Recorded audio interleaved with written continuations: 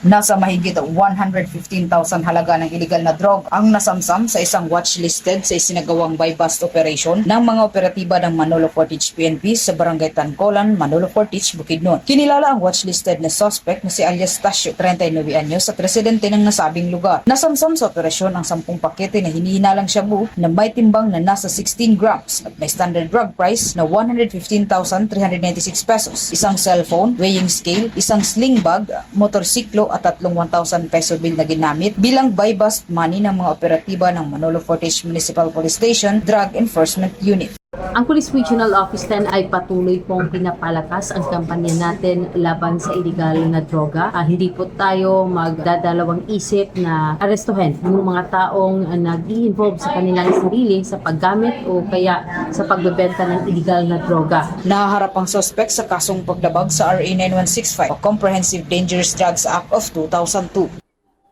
Mula dito sa Police Regional Office 10, ako ang inyong Police News Network Correspondent, Patrolwoman Rina Celestine Sendrijas, alagad ng batas, taga-taguyod ng Balitang Pulis.